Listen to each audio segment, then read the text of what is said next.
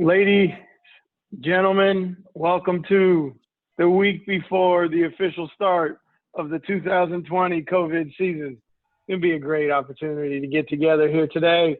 So we thank you for joining us. So far, we have 30 participants. As we start to get ready for next Monday, August 3rd, we have 17 days from our first scrimmage. Go on mute. We have 17 days for our first scrimmage. Brian Ernst said it best during the state meeting. Get in your book, get in your mechanics manual. Tonight's going to be a little bit about switching. What's it mean to switch? Go on mute.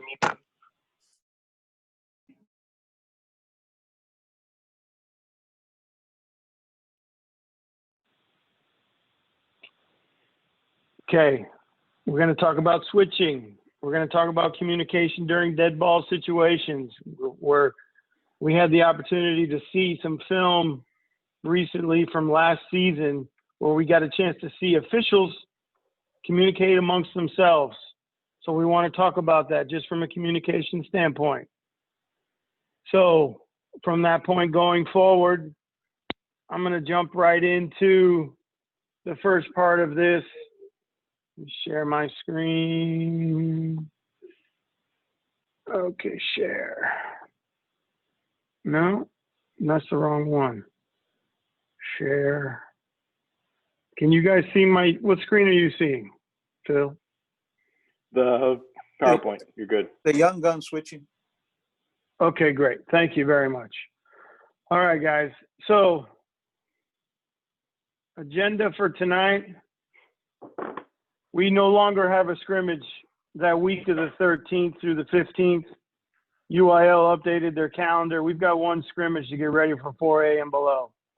So we've got to work through that. We got independent contractor. I don't know if you guys got a chance to go through it, but try to go through it. You might get some money through the Small Business Administration. Talk about the website a little bit more. Play submission, because you're going to start to see these. And then huddle review.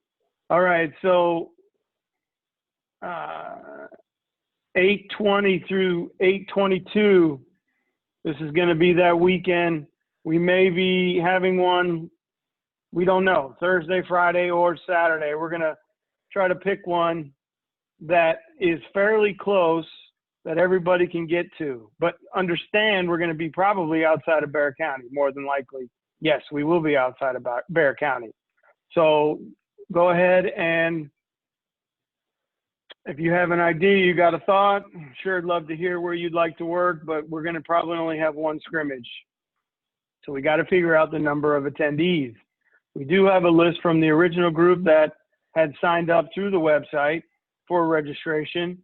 So we're going to reach out to those folks first. Once we get the opportunity to figure out what scrimmage we're going to work, and then we'll start working it down from there. Here is the Young Gun website. Take a picture. We'd love to hear your feedback, register, etc. If you do have a crew and you're predominantly young guns, we're going to try to work you in as a priority so you can get the experience and the feedback.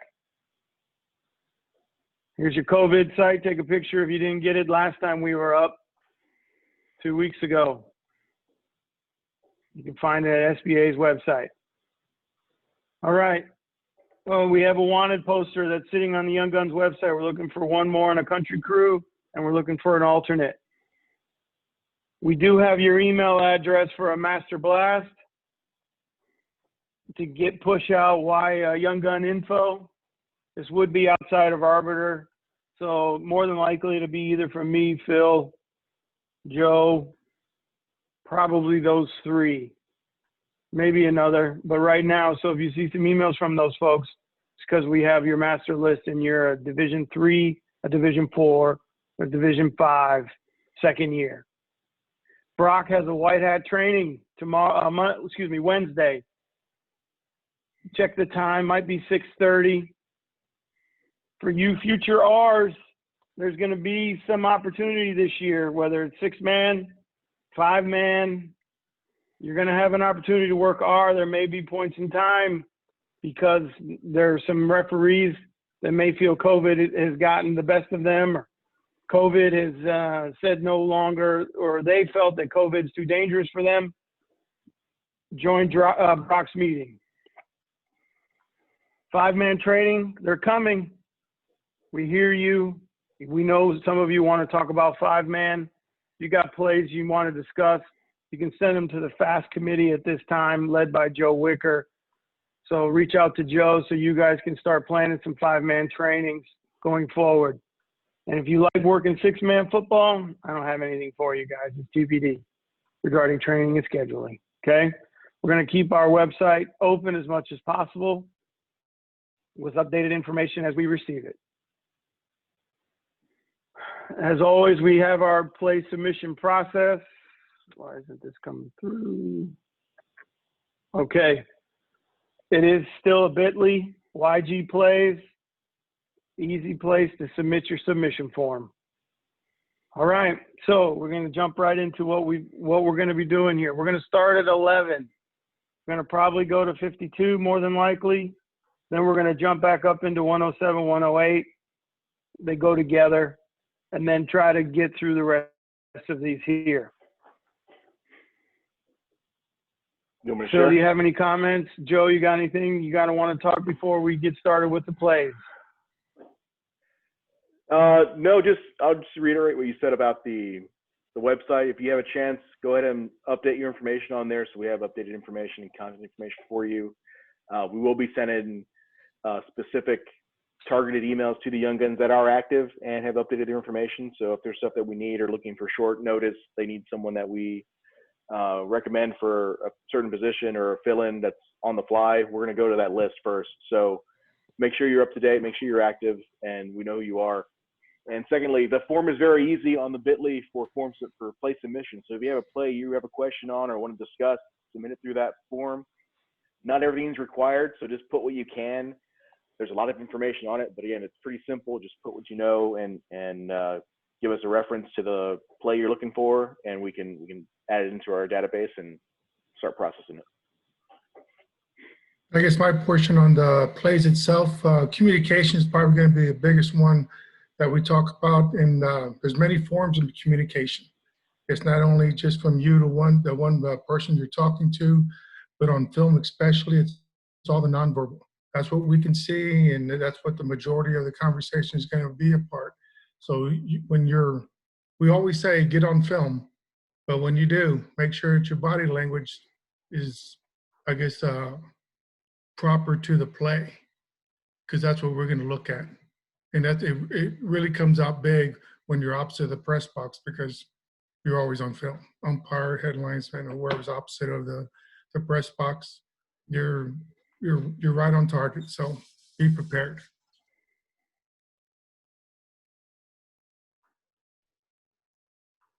Everyone sees the play? Yep. Yes. Which one we starting off? 11. So this one, it's about the spot, focuses on the short wings, the runner, and the person that we're watching on this play is the quarterback. Gonna let it roll.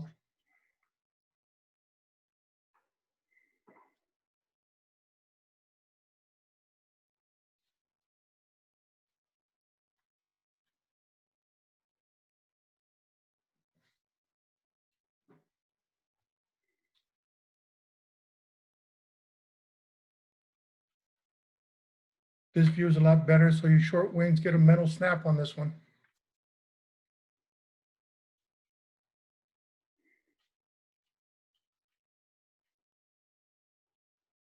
So let's stop there. I'm not sure how the film's showing up on your end, but it's a little choppy on mine. We're talking about the quarterback slide on the short wings. If you notice here at the end of the play, we got 2 different spots, and of course the line of gains in question. The short wing opposite the press box, he's right at the line of gain, and of course on this side, he's way up on the big line.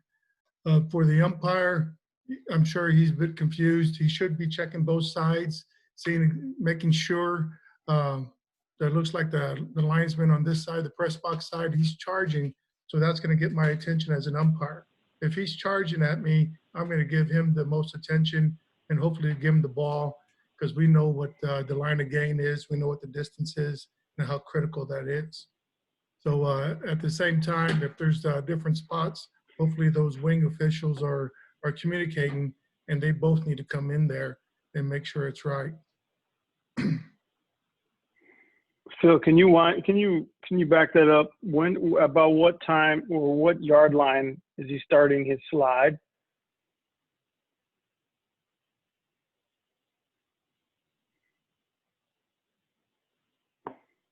Right there. Put vote right here.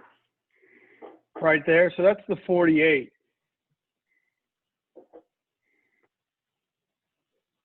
Short wings, when they start the slide, that's when he's down.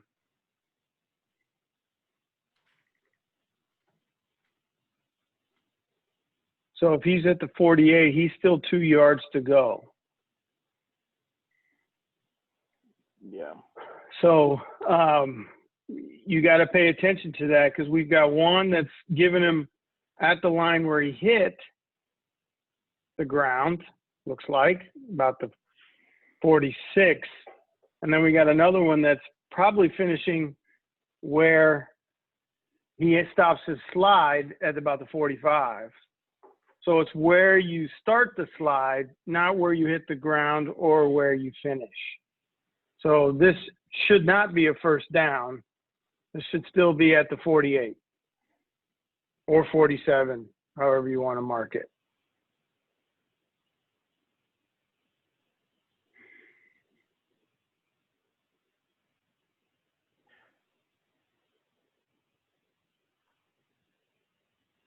I agree. Going over our little communication here. Good communication with the umpire holding up. You can't really tell what's going on with the referee because he has good position back here, but you're assuming he has the iron cross up for whatever reason he is. He should, since the umpire's kind of holding up the snap right now. So, where are we at? So, umpire looks good, holding up his count. He has good depth. Hopefully he's keying his stuff. He has some forefront linemen up on the line of scrimmage here, so you have some action on your keys.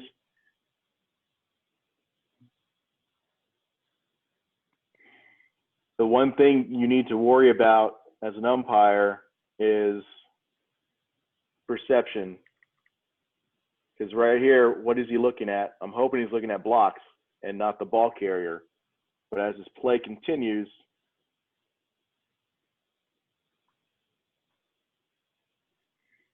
you kind of see the head turn to the ball carrier right there. So again, we mentioned this, and it's in the terms and phrases we have for the young guns. The no man's land, it's right in here, because you're officiating air. You want to stay focused, because this isn't your guy, and he's not threatened. You still have responsibility back here. Stay focused and disciplined so you look good on film when this comes into question, because you still have responsibility. Nothing's going to happen here, but again, you're treating that like dead ball, and that makes your safety fouls and no nonsense going on. Okay?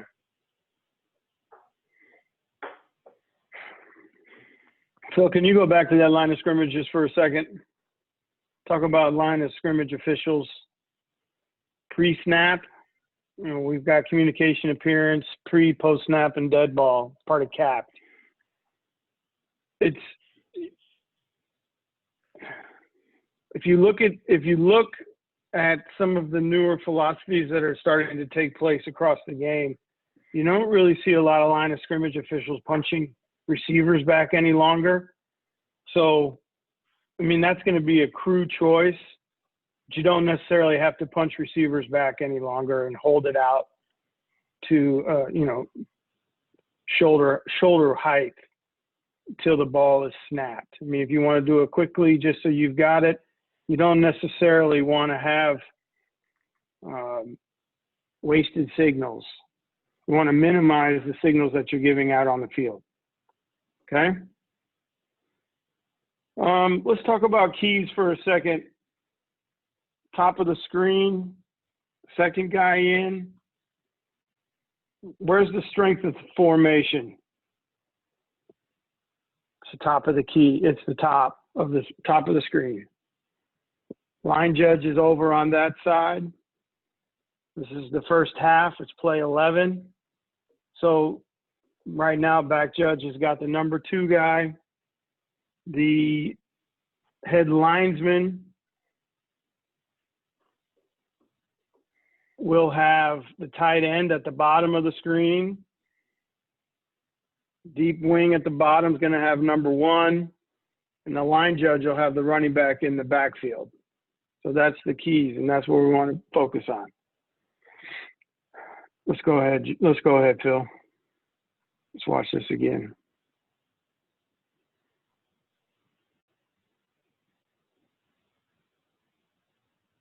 So he's going in it's choppy. Darn it. Yep. So the other part of this play, when you get a chance to look at it yourself, you see this number 2 that goes in motion towards the bottom of the screen. He actually starts to veer. He actually starts to push himself towards the line of scrimmage.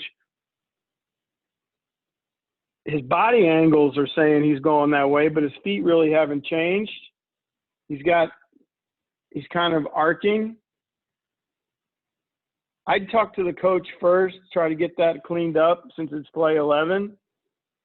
But later in the game, if they're still doing that, I mean, go ahead. You can get them for an illegal motion. But I try to get that communicated first with the coaches so they can straighten that out. I wouldn't even know if I talk to the player. I'm going straight to the coach for that cleanup. That he'll get that squared away pretty quick.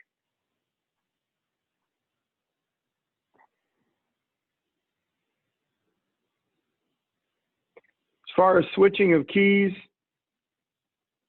you hit pause here just before the snap. We got one guy at the top, so that's the deep wing. L's looking into the backfield along with his tackle for his snap tackle ball. You got the running back there. S is at the bottom. It's up to the crew how you want to do this. Back judge and guy in motion, depending where it's snapped. You could consider it a zone right away, or you can bunch it. But that's a discussion you're going to want to have amongst your crew and how you're going to handle this. Thaddeus, you got any other comments on that? You feel good about it?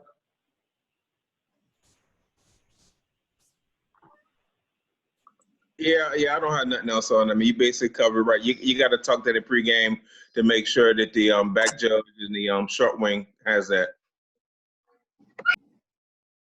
Yeah.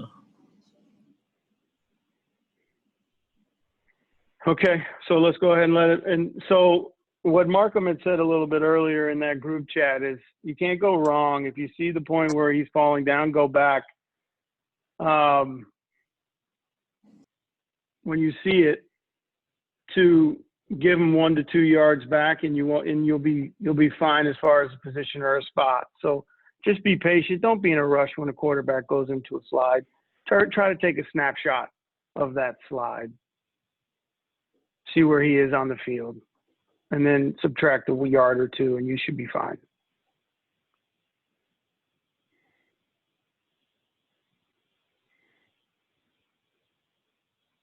Anything else on that, Joe? No, you covered it all. Pre-post, the actual slide spot, when to consider the slide, when the hips drop, and then what you think it is, go back a yard. Good discussion on the switch with the L and the back judge. And predominantly, that's what these plays are going to be talking about is the switch. This particular team does a lot of motion from trips. So you got to be on your toes. And again, you got to know. I think this particular team's out from our area. So having film on this and being prepared might be a little tough. But other than that, it's again just good discussion from the mechanics book, going over the formations.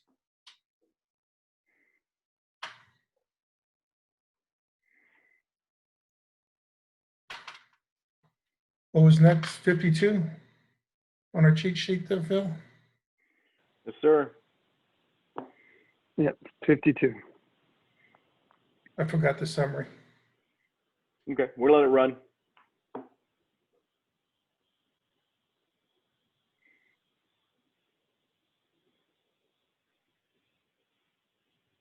Yeah, I know now. So it's a good place to stop. If you want to cycle it back, we can start it all over, and hopefully the film's not so choppy. So we're watching the middleman. Again, the quarterback is very mobile, gets out there to the outside, and just like they talked about in the meeting on Saturday from Tasso, if you happen to be there, extra emphasis on protecting that quarterback. They were discussing more about the pass, but overall, they're looking to protect the best athlete they have on the field. Big man here coming from the middle of the line. We've always talked about when the big men move, they want to hit something. They don't move for nothing. And he's moving pretty well all the way down the line, just like they're taught. And we're going to notice there at the end, after the arrow comes up on the screen, how he drops his helmet. And that's what we're looking for.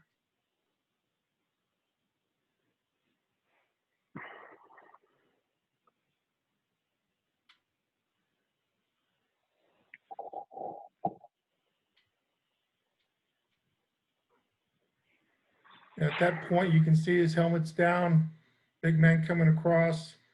We don't see the quarterback that well, but the next view, we're going to be able to see the end result where the quarterback's head snaps and he gets a good shot with the crown of the helmet. Again, back to Saturday's conversation from the Tasso Clinic. They talked about judgment call because the quarterback is at this point a runner. Yeah, he's not considered defenseless. So 914 is on the white side. 913 comes in always anywhere on the field. Any attack with the crown of the helmet, we need to be aware. So far as keys, it looks like that deep wing has the best view of it. There's no action deep. Is coming in. He can help with the cleanup. And there towards the end, we get a strong head snap by that quarterback.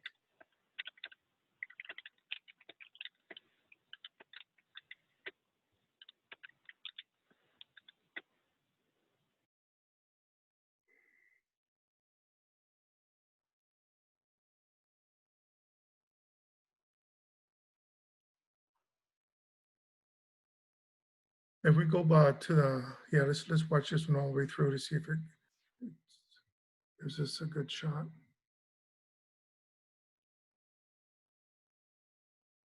Too choppy, we're missing the end result.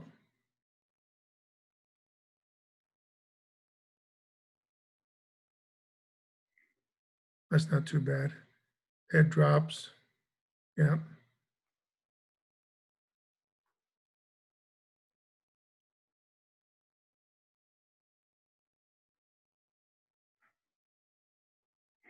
Tough call, fast action, all the way down to the end. We got to stay on our toes, not jump to the conclusion. Make sure that runner is protected, give him all the protection he deserves. I think on the water view, you see this coach coming down the line behind the head linesman. He's he's trying to bring something to our attention. I'm not sure what it is, but it could be, of course, his quarterback that he wants to protect. If we go to the wide view, I think we can go over some pre and post snap keys there, Eric. Yeah, go back a little bit, Phil. Sorry, let's start from the beginning here. No, yeah, thank you. No, one more. You want wide or end zone? Wide. Where was that? There we go. All right, so we've got strong side of the field is at the bottom of the screen. We got a tight end, we've got a slot, and we have another receiver out at about the numbers. So deep wing, we're going to be rolling with number 1. The head linesman, he's got number 2. Back judge is going to have the tight end sitting there. And then on the opposite side, you've got the deep wing on number 1 over there, the F. So as this starts to develop, we now have a balanced formation. Back judges, you go to the line judge side on a balanced formation. I'm gonna hit play, Phil.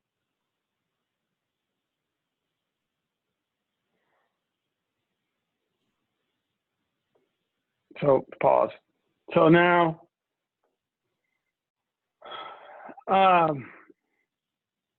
what happens on this play is we got 2 receivers at the bottom of the screen. 1 still with the deep wing, 2 is now with H, the tight end. The man that went in motion is still the back judge's key. The deep wing, the F, has still got number 1 on the top side. And even though the running back was on the H's side of the field, that L still has that running back initially. And as the play develops and you rotate to a zone. That's your initial keys.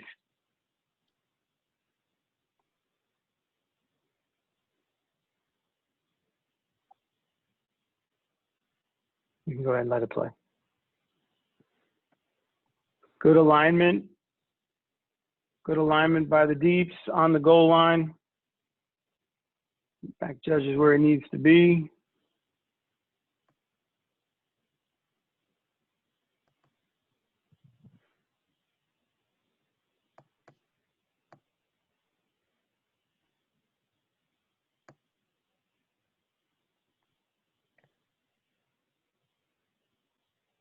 Right now, it looks like the quarterback is across the line of scrimmage.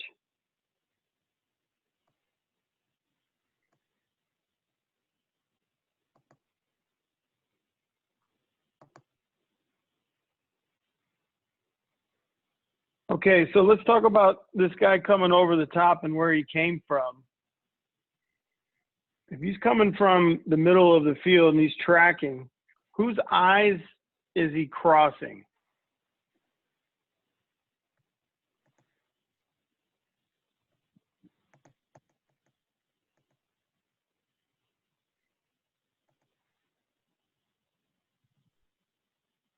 The deep wing over here at the bottom of the screen. He may have his whistle in his mouth. You don't necessarily need a whistle. You can put that in your pocket. But he has 2 guys in front of him, so he may or may not see the 9-1-3 from coming across the field. I think the umpire, he's got a lot of bodies. He may have a view coming down the line, but he may not have it the entire play. Deep wing from across the field, he probably couldn't see the head low. But if he's got some input, hey, you've got a pretty good unobstructed view. Back judge, he crosses your eyes. He's coming from the middle of the field. He's running. He's coming right into your line of vision. There isn't anybody else there. So I think, even if there's a discussion, hey, we've got something. We got to come together. And if it's late, it's late. That's fine. But by piecing this together with the short wing, the back judge, maybe the umpire, and the deep wing on the bottom of the screen, you should be able to do it. So, this is a 9-1-3. This is leading with the crown of the helmet, as Joe mentioned. So this is something we've got to get. And he does cross a couple pairs of eyes. Let's go back to the beginning and watch the progression by the umpire. something we talked about during the umpire training with a couple of weeks ago. The linemen basically go kind of a stagnant, and the 56, the one that actually makes the hit, he goes, he was double teamed, moved away, stopped there, back up a little bit. It looks like the umpire picked him up, good activity in front of him, back up a little, even more. Opens up, great drop step. He opens up, has that windshield wiper look. He's got a big view of the sideline there. At most, this will be an opportunity for our banana. Once he opens up and watches the play go to the left, through his vision, he should be going downfield, not necessarily towards the ball or towards the point of attack, but downfield. Get a banana, look up towards that 15-yard line. He can trace the play, but once he gets towards those hashes, we want to kind of get an open look at it so we can get that bigger view, kind of circling around the end of the play, and that might have put him in a better position. Again, once the play or the contact makes, he could have been obstructed. I mean, it's all secondhand information, but at most, a little deeper, more of a rounded look at your end of the play, put you in a better position for dead ball action. Comes in there kind of flat, but other than that, he had good mechanics at the beginning, opened up, progressed real well, moved with the play, kept his guys in front of him. And, like we were talking about going across in front of your eyes, 56, it'll just kind of be a little more depth to it. Could have given him a better angle for it.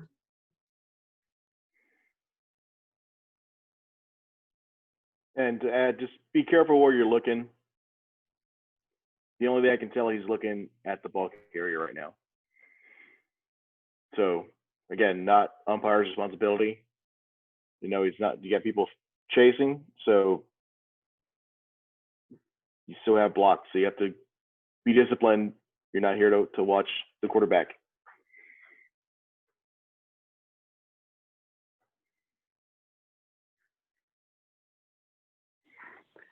Thaddeus and David and Ihosa, if you can, let's talk about the end of the play. Let's talk about what you're doing on the goal line as this play starts to develop, and then how it finishes. So either one of you, please, go ahead. Yeah, so, I mean, as a play, you can see the play is obviously ending. So now the deep wing should be coming up to get ready to start cleaning up. I mean, because you see the play ending. And had he moved up a little bit right, you can get a better view of the end of that play. Phil, you want to hit play? Let it roll just a little bit.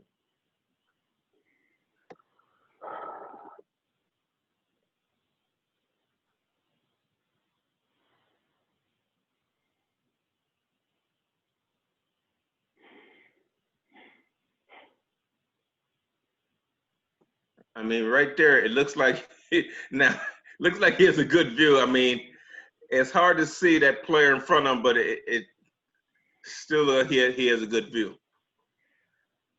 Let me get to the tight angle, see how it looks for you, Thad. Yeah.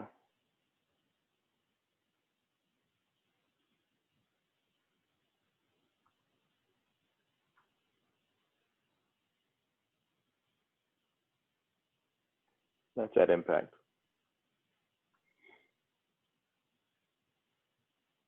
And I want to add, I know we're talking, targeting 913, but by definition, this guy is also what? 14. He's a wrapped up ball carrier, so he's defenseless. He's defenseless. So you can have forceful contact with any part of the body, a hand, fist, elbow, shoulder, to the head or neck area is targeting. So either way, you have to, it's hard to tell from the back where the impact's coming from. That's why the umpire should, like Joe said, banana out. You have the back judge coming in. He's defenseless because he's wrapped up, like half the team. So know that as well. You have the crown and the helmet. That's great. But if it's forcible contact to the head or neck area, there's no way around it. So know both sides of that rule. You have a lot of little nuances. So know that he's defenseless. Know that he doesn't have to be crowned with a helmet right now. Even though right there's you can see his head's still down. So you only get him for one, but get it right. At least get one of them. From a dead ball situation, the deep wing is still coming off the goal line. With the umpire bananaing out between the numbers and the hash, that ball from the deep wing still should be coming in to the umpire. So don't forget your ball mechanics. Make sure that the deep wings are still, because they're outside the numbers. The deep wings are coming up, clearing the action first, calling out the ball boy's name, having his hands ready to catch the football, toss it into the umpire. But you can't do any of that until the players separate. Players have to separate, go to the different sides of the ball, and then you can get a ball into the umpire as a deep wing. Good point. Joe mentioned the banana. You want to move with that arc ahead of the play. So you have good vision for dead ball, and you have an easier toss for your ball mechanics. So it serves two purposes. So you want to make sure you have that, you're still moving, because you can tell he just kind of flatlines, and it's just, you're watching. That ball mechanic there at the end, ending up around the 14, 15-yard line between the numbers and the hash, that's not new, umpires. We've talked about that past 2 years at scrimmages. We talked about getting that loop in there. And this is a good example where it happens. And you can see when after your drop step, and as the play moves away from you, once you see that, you should be moving upfield, down that hash mark, and then loop in.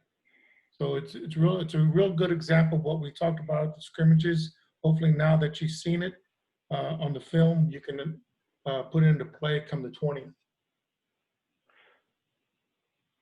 And on that note, dead ball, you get some movement, some hustle from your deep wing coming in. Your short wing is here. Again, without targeting, you still have a hard hit on a quarterback. He's the guy everyone wants to protect. So even if it's a hard hit, you're going to have some trash talking or someone's going to get up hot, pushing and whatnot. You want to be present. So umpire's still walking down flat line in the line of gain, or the end of the run here. And Phil, I just want to add too, if you notice the referee is coming in late as well. And I'm always akin to when the quarterback goes to the opposing team's sideline, that I want to try to get there as quick as possible to try to help get him out of there. So just something to be aware of for the referees. Excellent point. You saw him on this view, I think. You can see the referee's movement.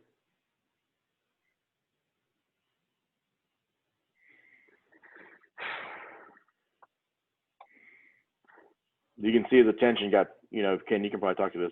His attention, you can see the hiccup where he's like, oh, there goes my guy. So yeah, you can talk that mechanic if you want, Ken. Well, anytime you have a quarterback going down the sideline, that's your baby. That's the one you got to take care of. But especially when they go to the opposing sideline, you want to make sure you're on top of that and help getting him out of there so nothing extra happens with that.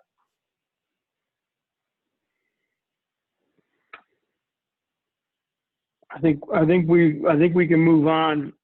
Phil, if you've got the huddle that I shared last week, it'll be easy to jump down to 107 and 108. If you don't have that one, we're on.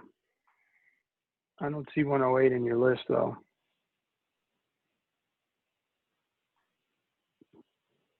That's the only one I got. 107.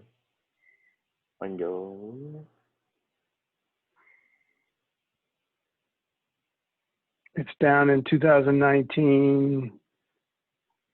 2019? Can you search? Should be under communication. Wouldn't be in Young Guns. It won't be in Young Guns. Not in Young Guns. No. It's one titled communication. It's in the huddle share. Damn. I think it's in the 8:30 if you're looking by date. 8:30. That's by game week. That's right.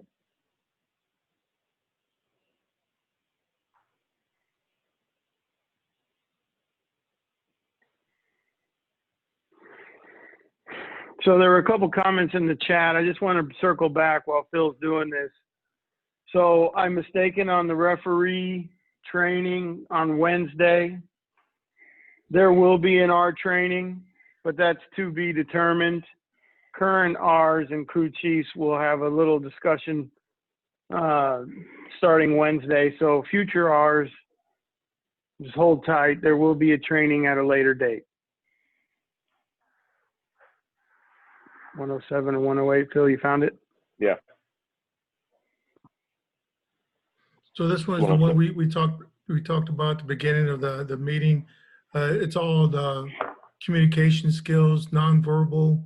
We're going to start off with keys so we know where the point of attack is and what action that we're looking at. And then after that, then we'll go into 108. And that's majority of that is all communication or nonverbal communication.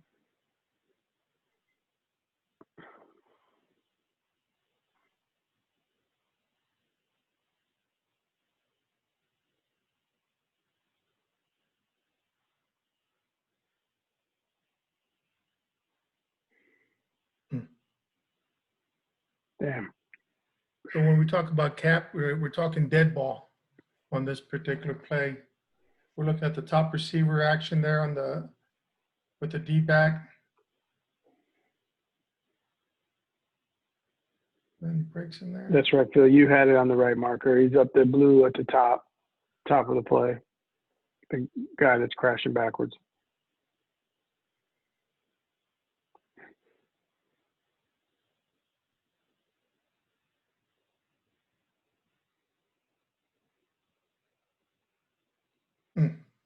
That's rough. Damn. Let's go back to that previous play, Phil. That's the best view of it all. Previous? Yeah. So where'd it go? The wide view.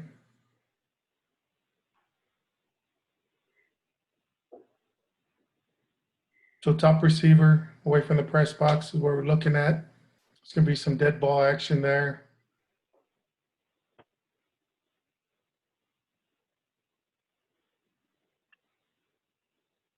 Stop there. Back up a little right after the umpire opens up on his drop step.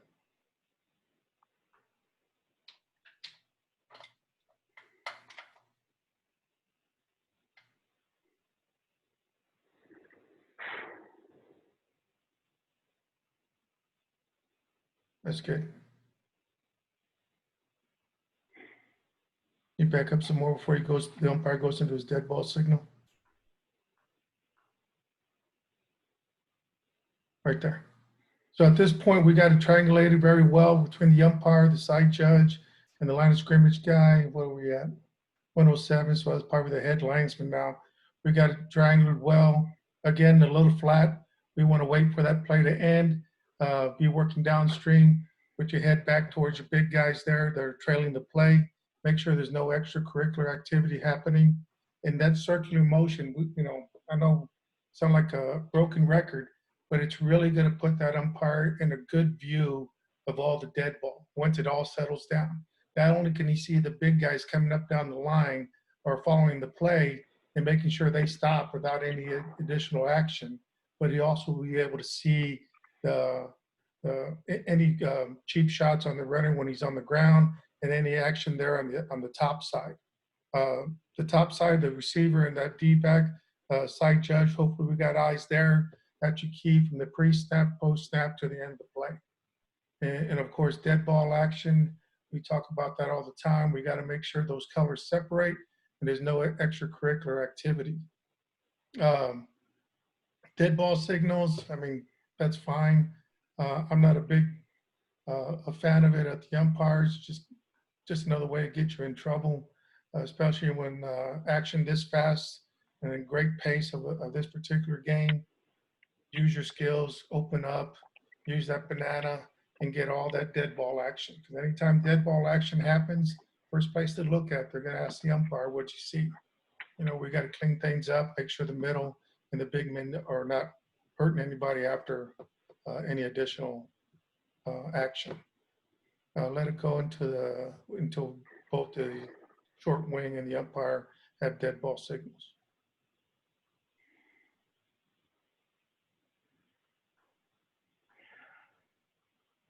So to add to Joe,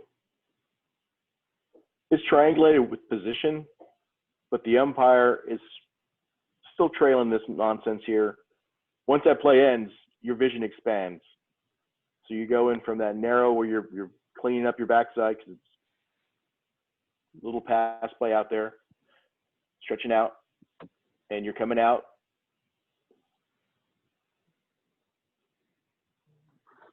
Sloppy. Coming out a little bit to this area. But the hustle looks good, but the hustle is an error because it's a hustle to put up a dead ball signal instead of to make your presence known with this mess. So you want to see this type of movement. Let me close this out. From your umpire. But you want to see he stops and it's for the dead ball versus from here to here. Okay. So you don't have to break it up. You can just use your voice, but you shouldn't be in a hurry to put up a dead ball sign. It's in the wing. I'm rarely going to put up a dead ball signal. I am going to break this up. So dead ball's going to make or break your game. It's going to make it easier to manage throughout the game. So be on your game when you're doing your mechanics, moving out, be in position, and be present. A deep wing perspective on the gunslinger side. David or Thaddeus?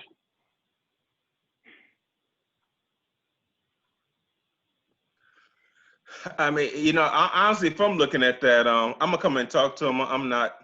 I mean, that's a little chicken crap going on at the end of the play, but I'm definitely coming and talk to him. But would you be on your horse to get there pretty quick? Oh, definitely. Mostly when you see them two at the end of the play doing that. And then you want to be on your horse so you don't have to throw the flag. You want to just go and break that crap up. I mean, I'm only allowed one flag a game anyway, so I got to make sure I use properly. I like that. This is David. Just to emphasize on what Thaddeus was saying, it's you talk to him once just to let him know that you're looking, just to let him know that eyes are on them, because they might not think that anybody's looking at them. Just let them know you're looking, eyes are on them, and they should cut it out. But you do have one flag to use, so. So this is play 107, 108. I'm assuming that there's been discussions about that already throughout the game. And the reason I say that is because if the play's choppy, the back judge and the head linesman actually have fouls for this play. They actually throw in a sportsmanlike conduct on this receiver for the action after the play. You can see that the back judge is reaching for his flag. So early in the game, yes, let's try to be verbal, but if they've already had the verbal, or if they've thought it through, then let's go ahead and let's shut it down, because we still may have another 40 plays, 50 plays left, depending on what this game's look like, how fast they operate. So, you know, I think we need to be conscious of that. It looks like the S is checking his watch. Maybe he's got his arm up like he's got his watch. Yeah, he probably was, you know, the play was over, so he was just verifying time. But again, he had opportunity to see the play. That was his key. He didn't throw it. I mean, I'm talking to the back judge on that one and say, hey, if we're going to do this, we're going to do it on both or none. Well, also, I know everyone or most of us went to the Tasso clinic, and they said film, you know, if you have a chance to look at film, look at high school film, but the quality this is what we get.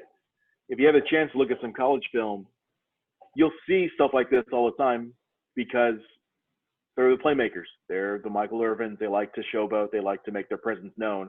And they're going to chicken fight all game. If you just focus on your deep wings, the solid ones will be busting their ass up, yelling at that play every time. So if you just want to look at some mechanics from a deep wing that really you don't get a lot of film from that, you can just watch them on a wide angle, and you can see them every play. They're going to bust their ass in here and yell, cut it out, however they're going to yell it, and be present and be vocal every time it happens.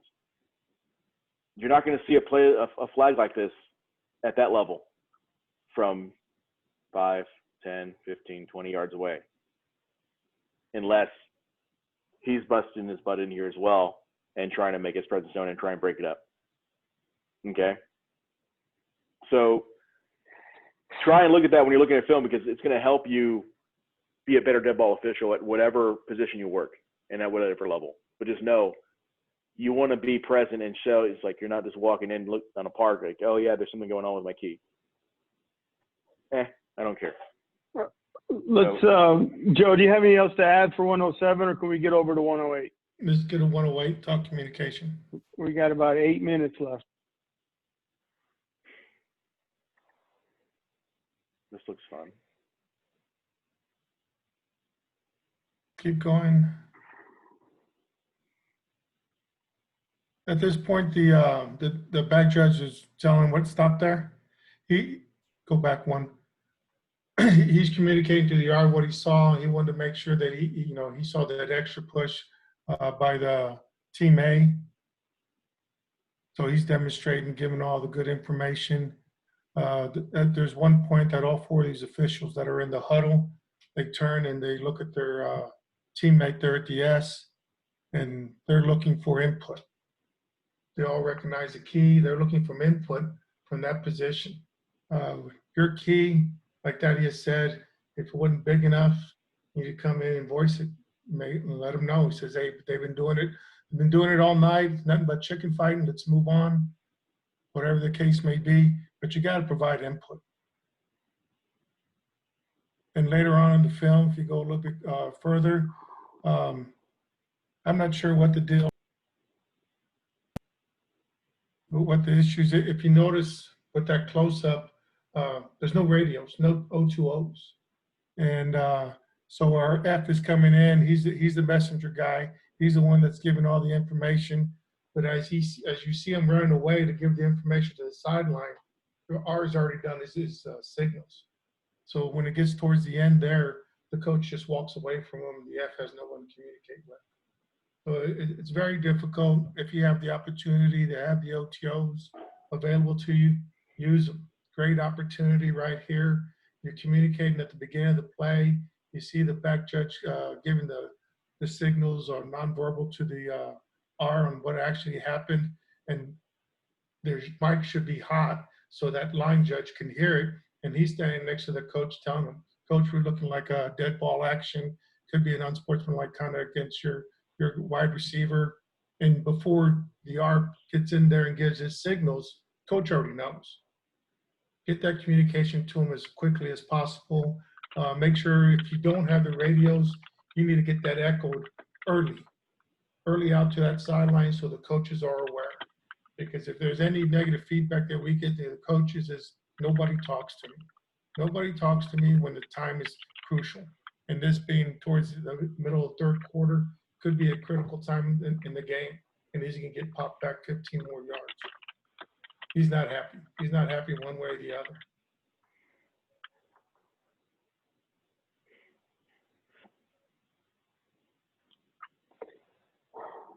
The other part that I would say that we need to watch when we start to get into officiating, a play is over, dead ball, spotlight's on us. I think it would behoove us to minimize our hand signals and just talk. You get to be expressive, and then if we're watching film, well, what was he doing there? Why did he throw his hands up? Sure, it gives us an input on the push, because we're watching and we understand. But from a layman's perspective, people in the stands, they may think both guys were pushing. So try to keep your hand signals to a minimum. Just talk, get your point across, bring in your feedback, and back out. You know,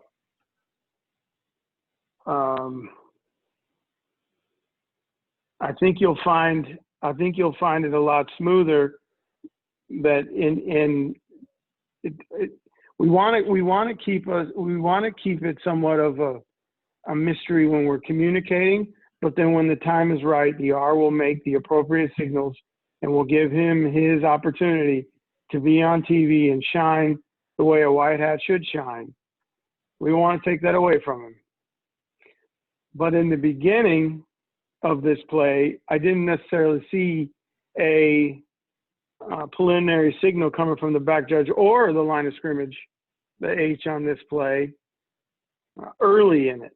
I didn't see it at the end of 107 and certainly didn't see it in 108 until when they were grouped together. So preliminary signals, yes. Gives the coaches a chance to think about what they're doing. Gives the radio guys a chance to say, oh, this is what's happening. And then the referee can start processing in his mind, okay, this is what we're going to do next. To echo what Eric's saying, with this, I usually make it a point, we're 7-man. I'm going to be, as an umpire, I'm doing the enforcement. I'm with the white hat when we have this conversation. I'm right here, like, what do we have? And Eric can testify, and I think Brett's on the call. It's like, use your words. It's kind of my phrase I use. Because you don't want this signal to be seen by the stands or on camera, because what does that look like? Anybody want to chat or say it? I'll just say pass interference. What it looks like. Exactly. It looks like pass interference. So you give it repeatedly. You want to talk preliminary signals, that's a pass interference. OPI, DPI, everyone say it. It is a PI signal. So again, you're trying to get your point across. It'll come across awkwardly because I'm pretty sure the announcer's going to know football signals. If it's on radio, they're going to know football signals. If it's broadcasted, they're going to know football signals. They're going to be questioning what you're saying here. So keep your hands down, behind your back, in front of you. Use your words. Good posture here from the wing. Listening. Bad location for the guys who tee it is. He's still back here, just chilling. So, and bring him in. You saw the umpire point. Like, was that your key? I'm assuming that's what he's saying, because everyone looks over there. It's like, what do you have? It's your guy. Bring him in. If you have O2Os, like, get your butt in here, hustle up, or call him over here. What did you see? Because he should have information that's pertinent to this enforcement or this call. And the L should be off the sideline too, trying to figure out what it is so he can relay back to the coach.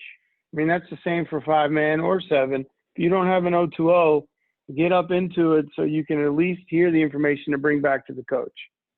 You got a UNS on outside receiver. It's his first one of the game, coach. He shoved the guy after the play if you need to give him a little detail.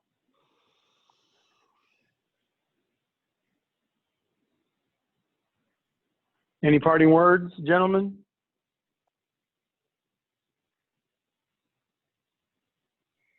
Okay, great. Good Chris signal. Yeah, the signal was great. Great. Yeah, I'm sure the announcement was good too. I mean, it was clear on what they were doing. I'd say wait a little bit just to get your camera, get him away from you, and then this is perfect. It looks great. Yeah. Unsportsmanlike on the offense. Freshman, second down, he's giving everything down. Gone. So. But as Markham pointed out in the chat, the U already knows what's happening. He should be marking the play off before the referee even started his announcement, just so that when the referee gets back in location, that you can go ahead and start the clock. Okay, next week. I'll look for your feedback, but chapter meeting, I guess, if you hear otherwise, I'm assuming it starts at 6:30 like normal. So we'll meet at 5:30, and we'll be ready to discuss Young Guns plays, getting ready for 17 days from Monday for our first scrimmage. So be ready. Thank you very much for attending, and be ready for another email with a huddle share that'll come out to everybody. Thanks a lot, guys. Have a great night.